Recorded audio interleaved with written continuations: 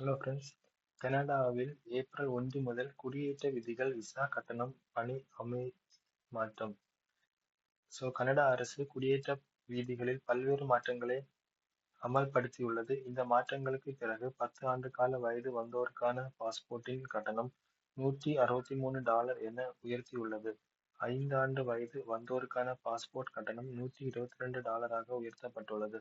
அதேபோல் குடியுரிமைக்கான கட்டணங்களும் சிறிதளவு அதிகரித்துள்ளன. இந்த மாற்றங்கள் ஏப்ரல் 1 முதல் அமலுக்கு வந்துள்ளன. இந்த கட்டண உயர்வை ஈடுசெய்யும் வகையில் கனடா தற்போது பாஸ்போர்ட் விண்ணப்பங்களுக்கு 30 நாள் செயலாக்க உத்தரவாதத்தை அறிமுகப்படுத்தியுள்ளது. இந்த காலக்கெடுவுக்குள் விண்ணப்பங்கள் செயல்படாவிட்டால் விண்ணப்பதாரர்கள் தங்கள் கட்டணத்தை முழுமையாக தானாகவே திரும்பப் பெறுவார்கள். கனடா அரசாங்கம் சூப்பர் விசா திட்டத்தில் சில தளர்வுகளையும் அறிமுகப்படுத்தியுள்ளது. விண்ணப்பதாரர்கள் கடந்த 2 நிதியாண்டுகளில் ஏதேனும் ஒன்றில் வருமான தேவைகளை பூர்த்தி செய்வதன் மூலம் தகுதி பெறலாம். மேலும் வருகை தரும் பெற்றோர் அல்லது தாத்தா பாட்டியின் வருமானத்தை தகுதி வரம்புகளை பூர்த்தி செய்ய சேர்க்கலாம். இந்த சூப்பர் விசா பெற்றோர் மற்றும் தாத்தா பாட்டி ஒவ்வொரு வருகைக்கும் 5 ஆண்டுகள் வரை கனடாவில் தங்களுக்கு அனுமதிக்கிறது. இதில் மாகாணங்கள் அதிக கட்டுப்பாட்டை பெறுகின்றன.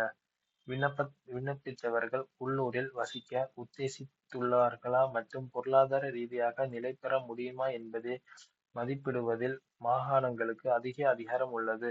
வெளிநாட்டு தொழிலாளர்களை பணி அமர்த்துவதில் கிராமப்புற முதலாளிகளுக்கு கூடுதல் சுதந்திரம் வழங்கப்பட்டுள்ளது. முன்பு 10% இருந்த குறைந்த ஊதியம் பெறும் வெளிநாட்டு தொழிலாளர்களை இப்போது அவர்கள் தங்கள் பணியாளர்களில் 15% வரை பணி அமர்த்தலாம் என கூறப்பட்டுள்ளது. விசா தொடர்பில் எச்சரிக்கை.